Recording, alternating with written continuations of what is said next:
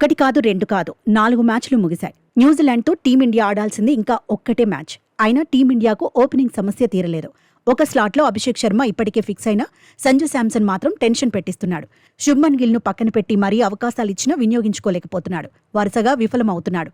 విశాఖ ఆతిథ్యం ఇచ్చిన 4 మ్యాచ్లు అయినా రాణిస్తాడనుకుంటే మరోసారి ఉసూరుమనిపించాడు. దీంతో టీ20 జట్టులో సంజు శాంసన్ను కొనసాగిస్తారా లేదా టీ20 వరల్డ్ కప్లో బెంచ్కు పరిమితం చేస్తారా అనే చర్చ ఊపందుకుంది. నిజానికి 4 మ్యాచ్ల్లో ఒక్కటి కూడా చెప్పుకోదగిన స్కోర్ లేదు. తొలి మ్యాచ్లో 10 పరుగులకే పరిమితమయ్యాడు. రెండో మ్యాచ్లో 8 పరుగులు సాధించాడు. ఆ తర్వాత మూడో మ్యాచ్లో డకౌట్ అయ్యాడు. ఇప్పుడు 4 మ్యాచ్లో 24 పరుగుల దగ్గరే ఆగిపాడు. మొత్తంగా 4 మ్యాచ్ల్లో కలిపి సంజు శాంసన్ చేసింది 40 పరుగులే. టీ20లో విజయాలు సాధించాలంటే పవర్ ప్లేలో వేగంగా పరుగులు సాధించడమే కీలకం. కానీ సంజు నుంచి మెరుపులు కరువయ్యాయి.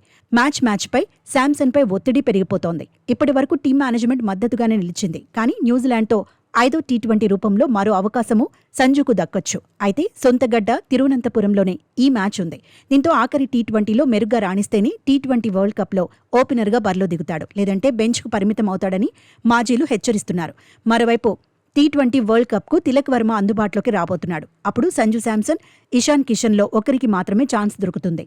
Ishan Kishan stand by wicket keeper బ్యాటర్గా జట్టులోకి ఇప్పటికే వచ్చిన అవకాశాలను వినియోగించుకున్నాడు. న్యూజిలాండ్తో రెండో టీ20లో మెరుపు బ్యాటింగ్ చేశాడు. వన్డౌన్లోనే కాదు, ఛాన్స్ దొరికితే ఓపెనర్గానూ ఆడేందుకు సిద్ధమని ఆటతోనే చెప్పేశాడు. అయితే team India bowling coach Moni Morkel మాత్రం శాంసన్కు మద్దతుగా నిలిచాడు. బిగ్ ఇన్నింగ్స్కు మరో అడుగు దూరంలో ఉన్నాడని, త్వరలోనే ఫామ్ అందుకుంటాడని చెప్పుకొచ్చాడు. వరుసగా 4 మ్యాచుల్లో విఫలమైన సంజు శాంసన్ ఆట తీరుపై మాజీలు విమర్శలు గుప్పిస్తున్నారు. తాజాగా ఇదే అంశంపై దిగ్గజ క్రికెటర్ సునీల్ గవాస్కర్ స్పందించాడు. విశాఖలో సంజు శాంసన్ అవుట్ అవ్వడానికి సరైన ఫుట్ వర్క్ లేకపోవడమే కారణమన్నాడు. ఆఫ్ సైడ్ షాట్ ఆడాలని భావించాడని, వికెట్ల ముందు నిల్చొని రూమ్ చేసుకున్నాడని చెప్పుకొచ్చాడు. అయితే అసలు పాదాల్లో కదలికే లేదన్నాడు. బాల్ అనూహ్యంగా టన్నేమీ కాలేదన్నాడు. కదలకుండా షాట్ కొట్టాలనుకున్నాడు. బౌలర్కు 3 స్టంపులు కనిపించేలా శాంసన్ నిలబడ్డాడని చెప్పుకొచ్చాడు. అలాంటప్పుడే బంతి వికెట్లను తాకే ప్రమాదం ఉంటుందన్నాడు. సీజన్లో సంజు శాంసన్ ఇలా రెండోసారి పెవిలియన్ చేరాడన్నాడు. ఇప్పటికైనా బలహీనతల నుంచి బయటపడాలని ఎక్స్పర్ట్స్ సైతం సూచిస్తున్నారు. లేదంటే తుది జట్టులో చోటు నిలబెట్టుకోవడం కష్టమని తేల్చి చెబుతున్నారు.